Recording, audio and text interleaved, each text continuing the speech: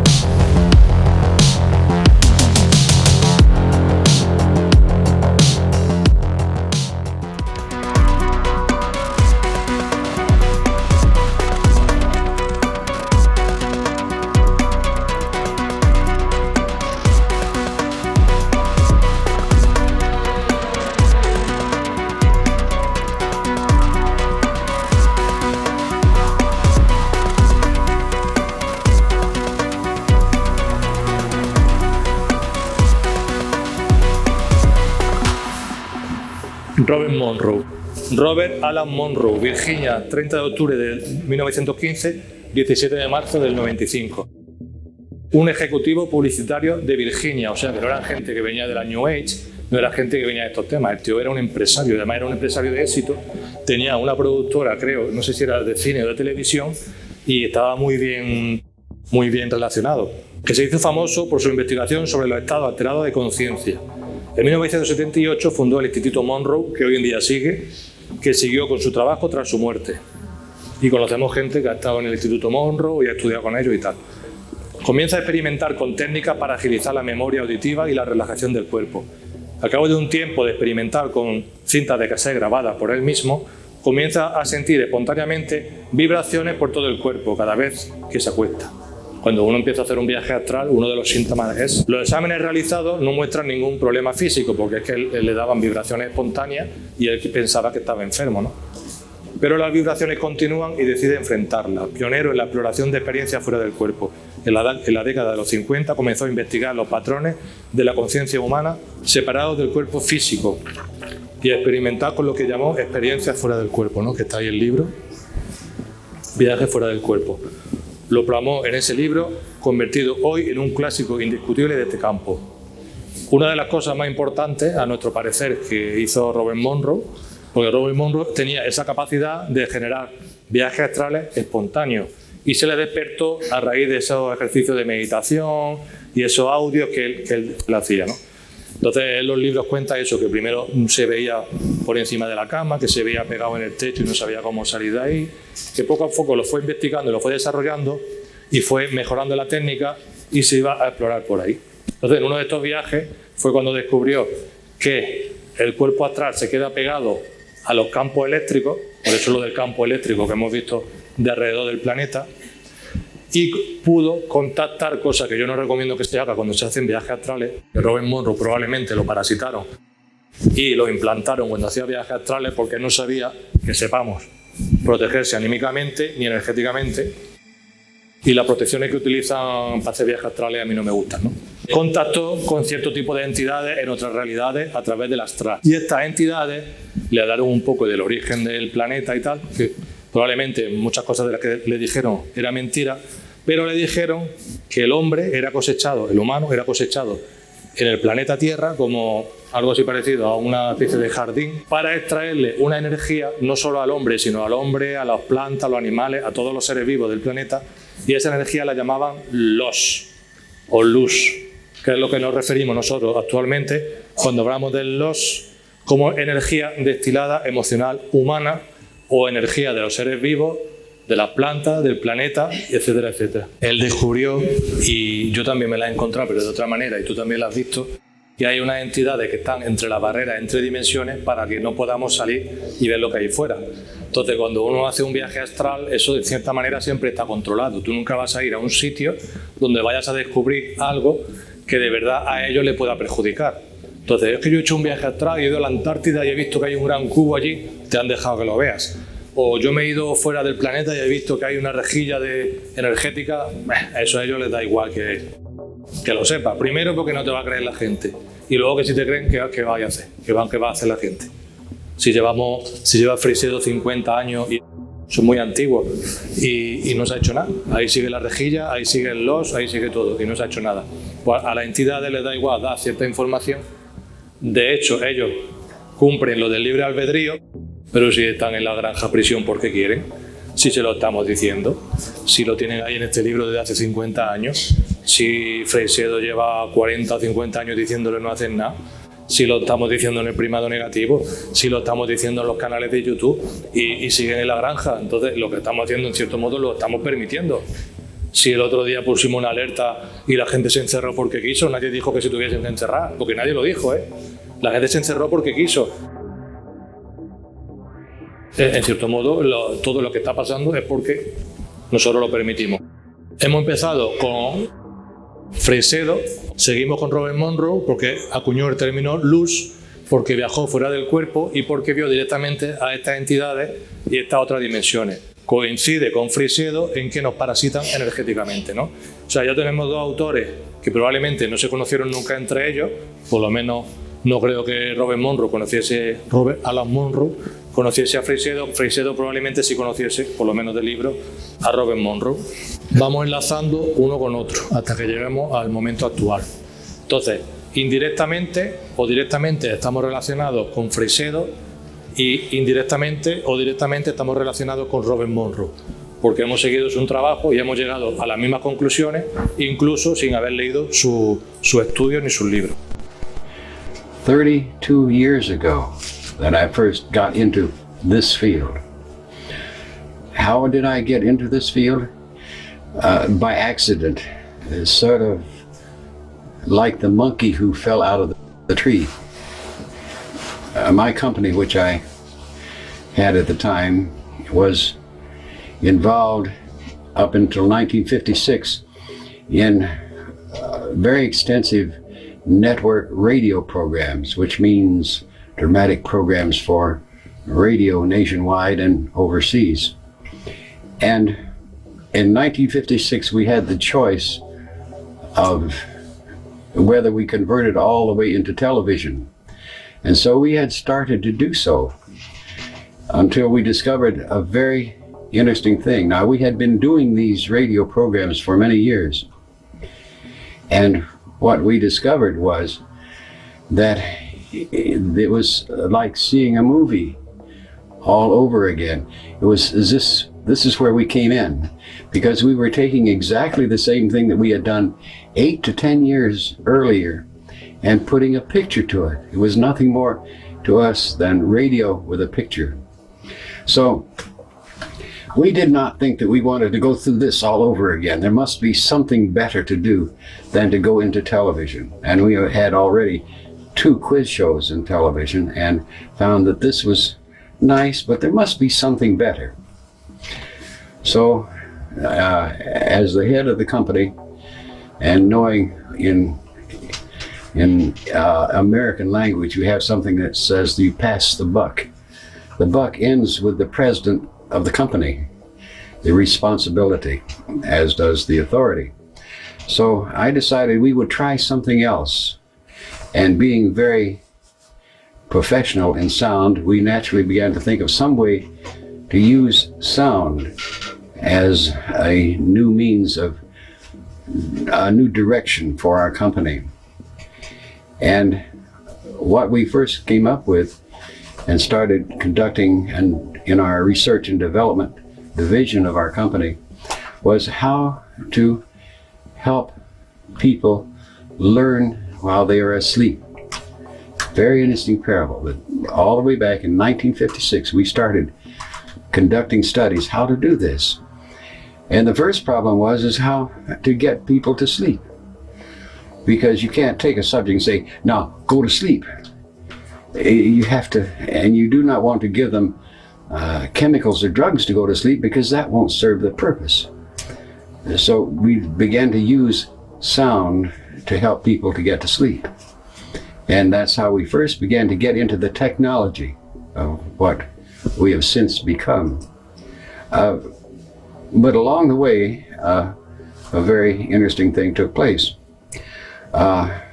In that research pattern, I was the chief subject because I demanded it, because I was very curious. So as the chief subject in all of these patterns of finding ways to help people go to sleep by sound use, evidently I absorbed something, because in 1958 then I had this great, frightening, terrifying change take place in my life.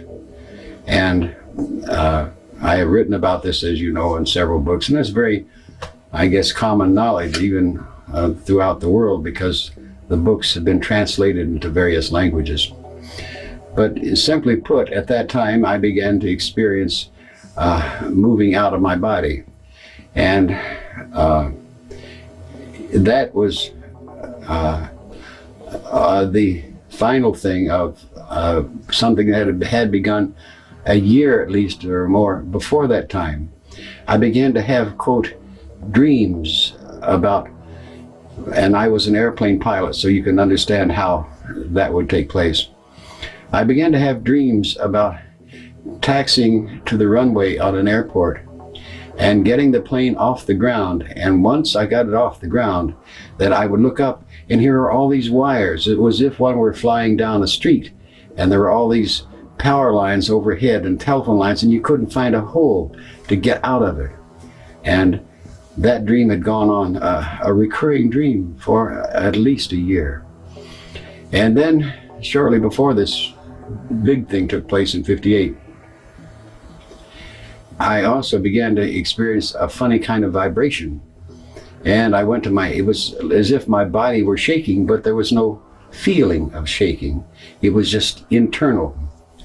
And I went hurrying to my favorite doctor, and he examined me and says, "Oh, you are working too hard. You are stress-filled, but there's nothing wrong with you. Go take a pill and relax or something." Well, not necessarily being a pill taker, that did not work too well. But in any event, after many times, like 25 or 30 more times of experiencing this vibration, I thought, well, and fighting to get out of it is the point. I just pull myself away from this vibration. The next step was, well, this will never get anywhere. I'm too frightened about it. If it's going to kill me, let it kill me. So with that in mind, one particular afternoon when I was lying down, I said, all right, fine. The vibration came. If it's going to kill me, let it kill me. So I waited and waited and waited. And after a while, after about 5 minutes, it faded away. I was still alive. So I thought, now I know it won't kill me. So I'm on safe ground. So after that, I began to simply let it happen and wait that 5 minutes so I could do something.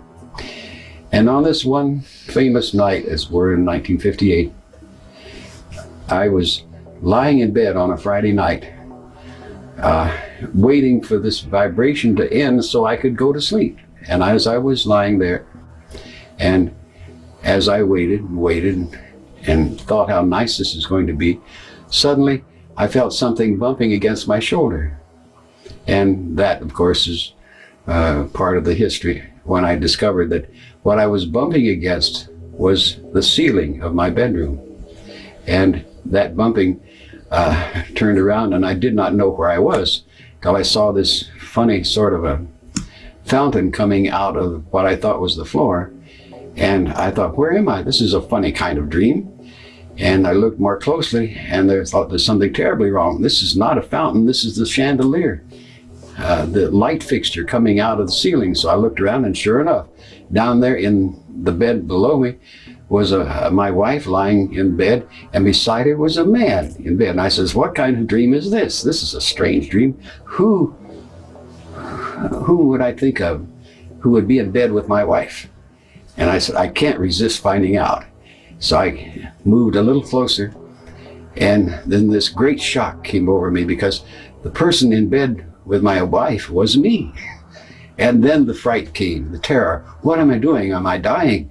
Let me get back quick, something. So I went through the air like this, swimming through the air to get back to the body. Pang, got back in the body. That was the first time. And first and foremost, I was the prime subject. That we're going all the way back to when I was in New York and had offices in New York and had a house in Westchester County.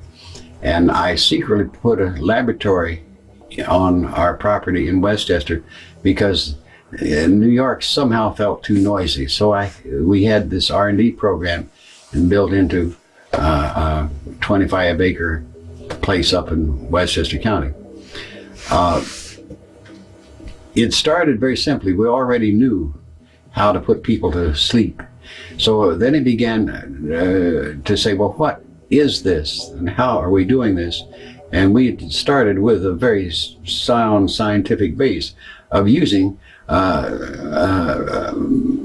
sine waves that replicated the brain waves in the human mind, the human brain, to in turn induce this sleep. Well, it didn't take much more pattern searching to determine that if we adjusted those into areas that we had not looked at before, we would begin to find something else. And sure enough, we did. And it was all the way back there in 1960 that we first began to use what we have called in recent years frequency following response. And that's where that's different from Hemisync. It's different from a binaural beat type. This you can hear in open air. It doesn't require headphones to have maximum ability to listen to it. And we use that very, very broadly for a number of years. And that is, you know how it works, I'm sure. That's by setting one kind of signal, say 100 hertz signal in this ear, and then 104 hertz over here. And the differential, that 4 hertz, is synthesized by the mind, the brain. You can't hear it, it's too low in frequency to hear. But it is very effective to get that 4 hertz, which is a brainwave frequency, into the human mind.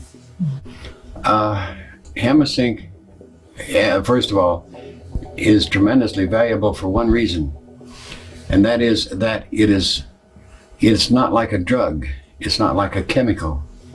It is a sound, and as a sound, it in turn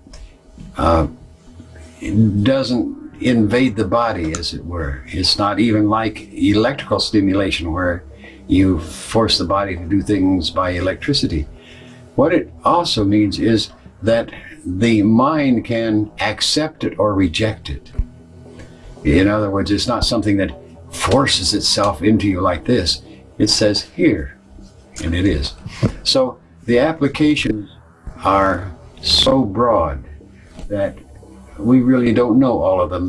We uncover new ones all the time. Let's take the extremes. You can use Hemisync to keep you awake, totally focused attention, wide awake and alert. And over here, you can put a person to sleep, into natural sleep. And the in between are all of these many, many different ways, different states of consciousness that Hemisync can be used to perform things. And let's go to the wake stage first of all. You can be super awake. And what do we mean by say super awake? Intense focus of attention, concentration, so that all of your attention is focused on, say, a book or something like this. And by that focusing, you achieve much greater retention and much greater understanding just as you do focus your attention. But this helps you do it to a degree perhaps that you've never been able to do before. Now that means that in the characteristics of your body, your physical body, are asleep. And this makes a very, very great discovery available to you. And that is that you don't need all that physical sensory input of your five senses to be awake, to be able to think, to be conscious. And that's a great, great discovery, because we always think we have to have all this physical sensory input in order to think. We don't need it. And that's a big discovery. Then that's all the way up to what we call sleep. Obviously, the always important question is, well, what about this thing you were into called out-of-body state? Well, we know where that is too. That's beyond what we normally call sleep. And as I'm prone to say, that the whole concept that I found in out-of-body is past this wall we call sleep. Because we think of sleep as unconsciousness. And we have all these other forms of being unconscious.